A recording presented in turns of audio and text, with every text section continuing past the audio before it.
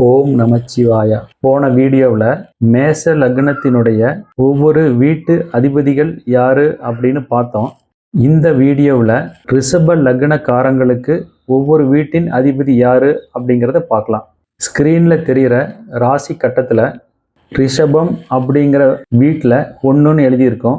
இங்கே லா அப்படின்னு எழுதியிருப்பாங்க அல்லது லக் அப்படின்னு எழுதி கிராஸாக ஒரு கோடு போட்டிருப்பாங்க. இதனுடைய அர்த்தம் என்னன்னா, இந்த ஜாதகர் ரிஷப லக்னத்தில் பிறந்திருக்காரு அப்படின்னு அர்த்தம்.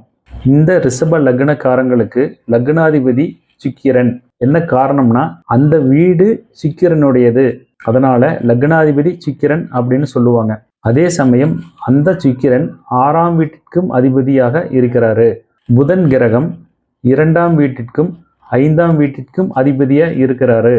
சந்திரன் கிரகம் 3ஆம் வீட்டிற்கு அதிபதியாக இருக்கிறாரு. சூரியன் கிரகம் 4ஆம் வீட்டிற்கு அதிபதியாக இருக்கிறாரு. செவ்வாய் கிரகம் 7ஆம் வீட்டிற்கும் 12ஆம் வீட்டிற்கும் அதிபதியாக இருக்கிறாரு. குருங்கிற கிரகம் 8ஆம் வீட்டிற்கும் 11ஆம் வீட்டிற்கும் அதிபதியாக இருக்கிறாரு. சனிங்கிற கிரகம் 9ஆம் வீட்டுக்கும் 10ஆம் வீட்டிற்கும் அதிபதியாக இருக்கிறாரு.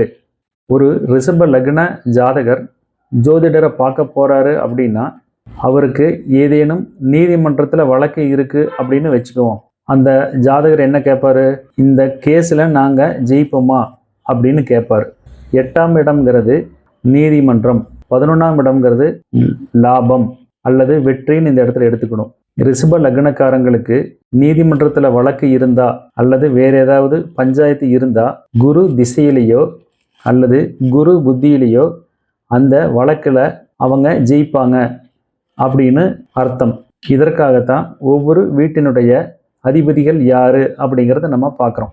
அடுத்த வீடியோவில் மிதுன லக்னக்காரங்களுக்கு ஒவ்வொரு வீட்டின் அதிபதி யாருங்கிறத நம்ம பார்க்கலாம்.